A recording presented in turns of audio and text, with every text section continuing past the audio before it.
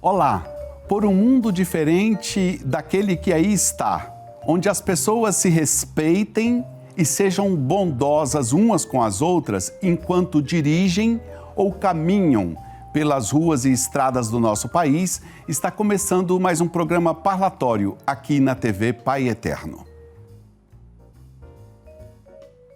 Educação cidadã no trânsito. Acompanhe comigo essas informações. Em 2021, o número de mortes no trânsito em todo o Brasil foi de 11.647, segundo dados do Registro Nacional de Acidentes e Estatísticas de Trânsito. Isso significa dizer que a cada dia, em média, 32 pessoas perdem a vida em acidentes de trânsito. São 72 acidentes por hora no país, que nem sempre termina em morte, mas não deixa de ser uma tragédia. O que é ainda mais alarmante é que, em média, mais de 42% dessas mortes são causadas por motoristas embriagados, segundo estimativas dos Detrans de todo o país. Variando de estado por estado, desde a criação do novo Código de Trânsito Brasileiro em 1997, a embriaguez ao volante é tipificada como crime de trânsito, independente da ocorrência ou não de dano. Para conversar conosco sobre educação cidadã no trânsito, convidamos o autor desse texto que eu acabei de ler, o advogado e professor Wesley César. Atualmente, ele é chefe da Advocacia Setorial da Prefeitura da capital de Goiás.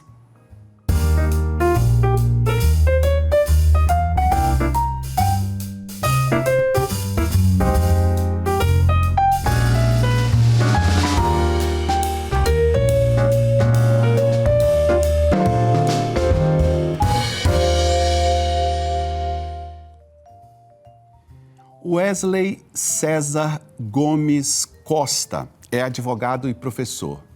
É advogado constitucionalista com atuação nas áreas eleitoral, direito municipal e compliance. Além disso, o Wesley César é graduado em comunicação social. Possui MBA em finanças corporativas, controladoria e gestão de negócios, além de marketing e comunicação. E, como eu disse anteriormente, atualmente, Dr. Wesley César é chefe de advocacia setorial da Prefeitura de Goiânia, aqui no estado de Goiás. Dr. Wesley César, é uma alegria muito grande para mim receber você aqui no programa Parlatório. Acompanhamos o seu trabalho e já era um desejo antigo conversar com você aqui na companhia dos nossos amigos da TV Pai Eterno. Eu já começo com uma provocação para nos ajudar a situar o nosso tema de hoje. Você é daqueles que acham que no trânsito nós nos tornamos animais irracionais? Seja bem-vindo. Olá, boa tarde, Padre Rafael. A alegria é toda minha, a satisfação é toda minha participar com você aí do programa Parlatório. Obrigado pelo convite, tá bom? E tentando aí responder a sua provocação inicial, eu acredito que nem Freud explica, né, essa situação. Por quê? Porque eu acho que a gente não se transforma em um animal irracional atrás de um volante. Quando eu escrevi esse texto que você citou aí inicialmente, esse artigo, eu fui em busca de algumas informações. E por mais que eu pesquisasse, por mais que eu tentasse entender, por mais que eu buscasse na psicologia, por exemplo, uma explicação para isso que você me perguntou, que me provocou, não tem nada que definido, não tem nada que explique isso. Então eu fui comecei a pensar que talvez por esses tempos modernos, sempre estamos em tempos modernos, né?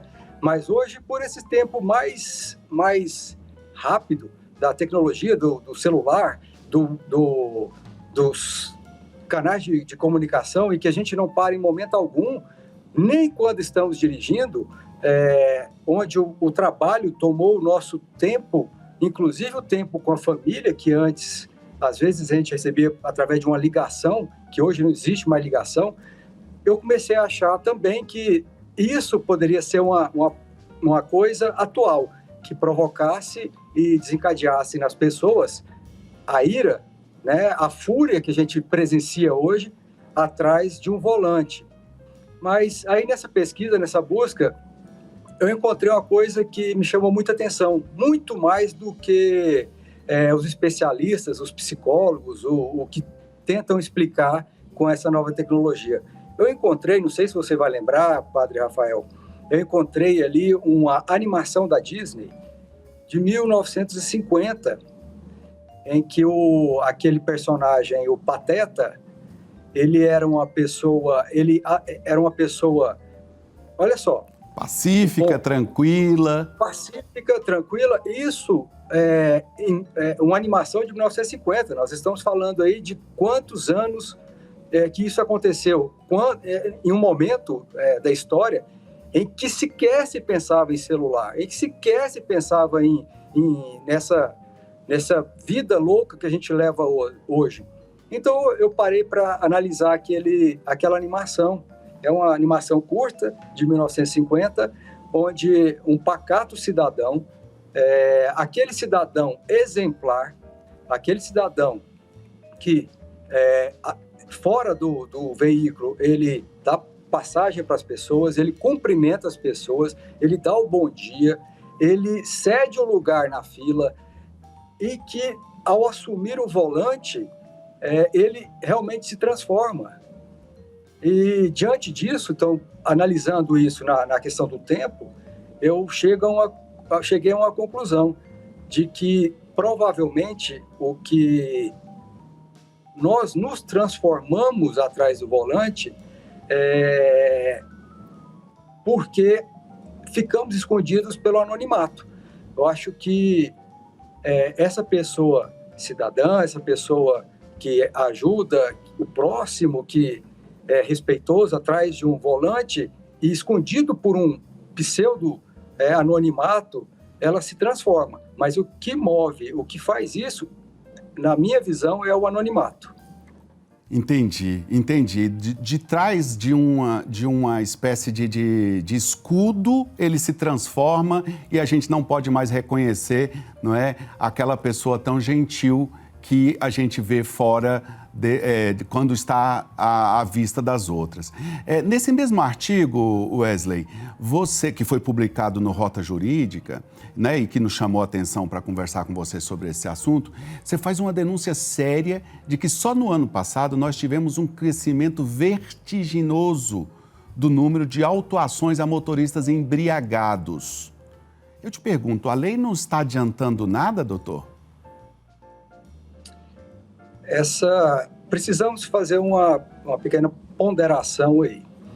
O ano de 2020, nós realmente, com a pandemia iniciando, evidentemente, o número de carros, ou seja, as pessoas deixaram de sair de casa. Mas chama a atenção esse crescimento do número de acidentes no trânsito, porque a embriaguez, ela, na minha visão, ela é uma questão mais cultural e de educação do que especificamente de leis. Vamos imaginar que nós moramos em um país em que não faltam leis. Não sei se você concorda comigo, Padre Rafael, mas aqui não faltam leis. Quando a gente diz aí que a lei, por exemplo, ela não funciona, principalmente essa da lei da embriaguez no trânsito, também não é bem assim, porque ela tem punido sim. Então, eu acredito que não seja falta de lei e que as leis que nós temos, Elas, inclusive, a lei seca especificamente, ela tem servido como base para outros países. Há pouco tempo, ao escrever o artigo, eu fui pesquisar e encontrei, por exemplo, na Espanha, onde tem a lei também que você não pode dirigir em lugar nenhum. Você pode beber e dirigir, mas na Espanha, até então, você tinha uma tolerância. Um certo quantidade de álcool poderia ser consumida. Aqui no Brasil, não. A nossa, não. É zero. Você não pode consumir nada. Ela é extremamente rígida. E nós temos, sim, blitz. Aqui no nosso estado de Goiás, por exemplo, nós temos a balada consciente e que busca, sim, e uma prova de que ela funcione, que os nossos órgãos de controle têm feito o seu trabalho, é esse aumento aí de apreensões de pessoas que bebem e dirigem. Então, eu não acredito que a lei não seja boa ou que não esteja sendo, que as pessoas não sejam punidas. Eu acredito que ela é mais uma questão cultural e principalmente de renda familiar. Eu acho que algo que impacta bastante nisso é a renda familiar, porque a gente observa aí vários acidentes sérios onde não são carros populares que são pegos nesse tipo de problema. E muitas vezes são pessoas de família que têm uma boa... que têm uma renda familiar alta, né? Dr. Wesley, você também chama a atenção nesse mesmo artigo para uma outra coisa, que é a falta de preparação ou a devida preparação formal para uma pessoa dirigir. Isto é, a pessoa dirigir sem habilitação. O que acontece? Será que essas pessoas acreditam que o trânsito é uma espécie de parque de diversão? Quer dizer, eu não preciso me preparar, posso entrar no carro e ir para frente? Acho que são alguns elementos que nós temos que observar. O primeiro deles é a questão da criminalização disso e a punição. Vamos supor o seguinte, uma pessoa que entrega ou deixa uma pessoa não habilitada pegar o seu carro para dirigir. O dono do veículo vai ser penalizado. Se nós estamos falando ainda na seara administrativa, hoje tem uma multa para quem entrega o carro para uma pessoa não habilitada em torno de 900, 880, 900 reais. A pessoa que for pega sem habilitação, ela também vai ser penalizada de uma forma como cidadão, né? Ela vai pagar, sim, ela precisa pagar uma multa. A diferença é que o dono do veículo, o proprietário do veículo, vai ter também a anotação gravíssima na sua habilitação.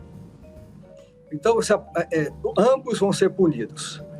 E isso sem a gente entrar na área penal, ou seja, criminal, que é o caso de... Não precisa necessariamente que um acidente aconteça. O que eu digo no artigo, basta, de uma forma popular, dizer que passou por um triz, foi por um triz. Então, se isso acontecer com a pessoa não habilitada, tanto ela quanto quem entregou... e vou adiante.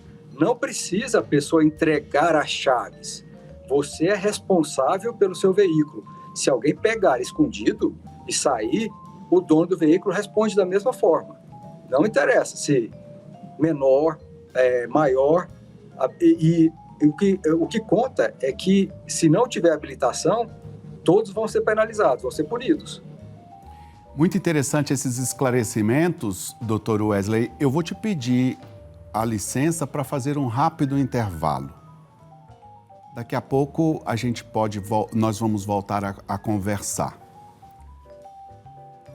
Nossa conversa de hoje é com o advogado Wesley César sobre educação cidadã no trânsito. A gente volta daqui a pouco. Até já.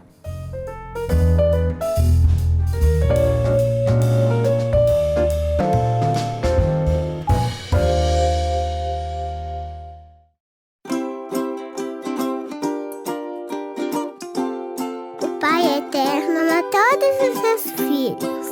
Ele quer sempre estar perto da gente.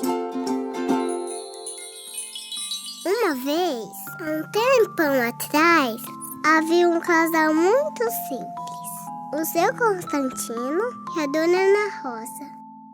Um dia, o seu Constantino saiu para trabalhar perto do córrego Barro Preto. Ele pegou a enxada e quando bateu ela bem forte no chão, percebeu que tinha batido em alguma coisa. Ele pensou que fosse uma pedra, mas não era não. Vem ver o que eu achei, Ana Rosa.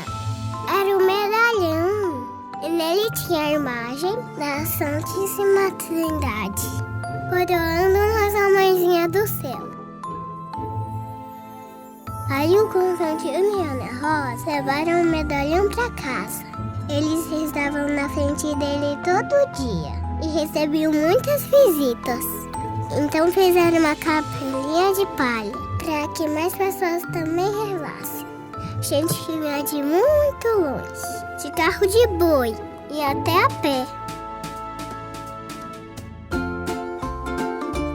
Muita gente recebeu a bênção do Papai do Céu. Muitas graças e milagres acontecem até hoje, porque o Pai Eterno nos ama e ama você também. E todos que o recebem, com o coração de uma criança, herdarão seu reino.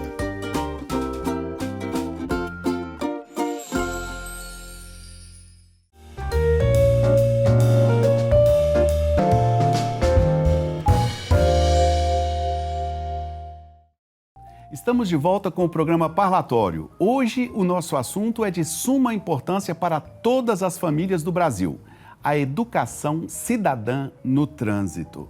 Estamos conversando com o advogado Wesley César, que recentemente escreveu sobre esse assunto para o portal Rota Jurídica.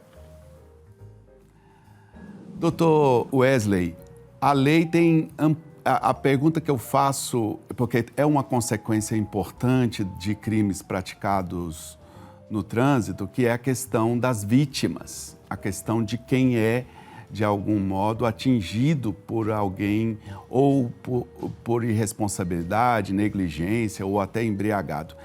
A lei tem amparado, né, a sua visão jurídica, a lei tem amparado as vítimas do trânsito. Outro dia aqui mesmo nós entrevistamos o senador Cantarato, lá do Espírito Santo. Ele é um delegado muito dedicado a esse tema e ele dizia que era preciso responsabilizar mais o motorista que comete crime com vítimas. O que é que você pensa sobre esse assunto? Eu acredito, como falado anteriormente, que as nossas leis elas estão caminhando para uma boa forma de penalizar essas pessoas que pegam o volante e, principalmente, bebem antes de dirigir. Precisamos levar em consideração aí que acidentes de trânsito acontecem, tanto que chamamos de acidente. Nós temos que considerar, por exemplo, a própria via pública. Hoje nós temos problemas estruturais sérios. Então, precisamos separar, nesse momento, o que foi negligência, imprudência, imperícia e irresponsabilidade e embriaguez, também dos acidentes causados por outros tipos de problema, como eu disse, a própria questão estrutural. Já verifiquei, já identifiquei, já estive presente ali em acidentes causados, por exemplo, por buraco em vias. Então, assim, acidente. A nossa lei ela tem amparado quem sofre o acidente. Eu acredito que falta muito. Nós hoje temos aí o pagamento obrigatório de um seguro em caso de acidente, mas que ele é uma ajuda financeira, mas que realmente não traz mais retorno para quem sofre um acidente no trânsito. Hoje nós temos também, eu acho que uma política deveria ser implementada, política social. Por quê? Porque hoje, se você pega o número de acidentes, é gritante é relevante entender que o número de acidentes com quem trabalha em moto, por exemplo, tem superlotado todos os hospitais. Na nossa região aqui, nós temos o hospital de urgências, que hoje, se você chegar lá, o grande número, a maioria das pessoas que estão internadas são pessoas vítimas de acidentes de trânsito, principalmente em veículos de 2 rodas. Nós aumentamos aí no Brasil o trabalho sobre 2 rodas por diversos fatores. Nós temos aí um aumento de alguns tipos de serviço, por exemplo, essas entregas de alimento, por exemplo, onde a gente vê, muitas vezes, a total irresponsabilidade daquele que está no veículo sobre 2 rodas. Você vê aí acidentes em que o total desrespeito às leis de trânsito é o tempo todo. Então, avançar sinal vermelho, correr para fazer uma entrega, às vezes para ganhar pouco dinheiro para fazer aquela entrega, porque precisa voltar para fazer outra. Então, assim, é um problema complexo que não tem, ao meu ver, uma solução, uma resposta simples. Então, Padre Rafael, quando você me pergunta se penalizar mais, se a lei tem atendido ou não as pessoas, é difícil responder com sim ou não, porque eu acho que é um conjunto de ações que vão melhorar o nosso trânsito e fazer com que as pessoas tenham mais educação e saibam o risco que elas estão correndo quando assumem um veículo, quando pegam a direção do veículo automotor. Wesley, aqui é muito bom ouvir você, os esclarecimentos que você faz a respeito desse tema, mas também como uma forma da gente agradecer sua presença aqui, e a gente que acompanha seu trabalho há muito tempo, a gente viu que você saiu do mundo da comunicação mais explícita e foi para o mundo do direito. Como é que foi isso? Foi, exatamente. Eu tenho aí a minha primeira formação, né, a minha primeira graduação, ela foi na área da comunicação social. Então, lá eu passei ali aqui no estado de Goiás, por grandes jornais, grandes empresas, por um determinado momento. E, em determinado momento, eu fui trabalhar no Ministério Público do estado de Goiás. Lá eu consegui unir a comunicação e o direito, e com várias ações de política pública, e eu vi que eu conseguiria, hoje, além de ser uma satisfação pessoal muito grande, eu conseguiria atender melhor se eu estivesse atuando na área do direito. Doutor Wesley, a gente sempre encerra as nossas conversas aqui no programa Parlatório pedindo aos nossos convidados que façam um comentário sobre uma citação que nós trazemos. Para você, trouxemos uma palavra do Papa Francisco. Ele disse em 2017, abre aspas, há um baixo nível de responsabilidade de vários motoristas. E para aumentar a segurança, não bastam sanções. É necessária uma ação educacional que dá maior consciência das responsabilidades com os que viajam juntos. Fecha aspas. Primeiro, quero agradecer novamente, Padre Rafael. Quero dizer que esse comentário que você fez aí a respeito da brasileira foi um dos grandes trabalhos realmente que eu fiz na minha vida. Eu gostava muito dos temas que a revista trazia, tanto que, como eu disse, é um elo. Eu estou nessa área até hoje e trouxe isso para o direito. Participei de alguns projetos do próprio Ministério Público que foram excelentes. Obrigado. E comentando aí o que disse o Papa, eu acredito que tudo parte da questão da cidadania, né? Porque o cidadão é aquele que que entende que ele tem direitos e tem deveres. E quando a gente está em uma posição como o que nós comentamos aqui hoje, ou como disse o Papa, em que você assume algo que pode ferir alguém, você tem que entender que você tem deveres com aquela pessoa.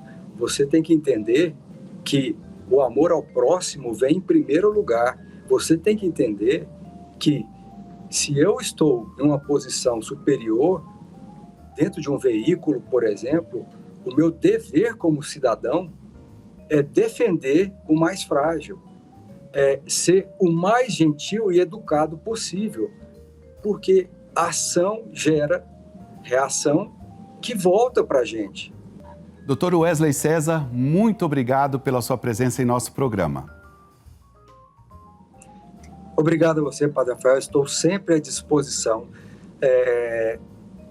Tem outros temas para tratar, outros projetos em que participamos também, e que vai levar muito, eu acredito que vai trazer muita informação para o seu público. Estou sempre à disposição, sempre que precisar, sempre que quiser me chamar, pode contar comigo. Muito obrigado.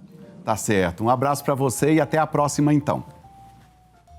Agradeço também a você que esteve conosco no programa de hoje. Muito obrigado, um abraço e até a próxima.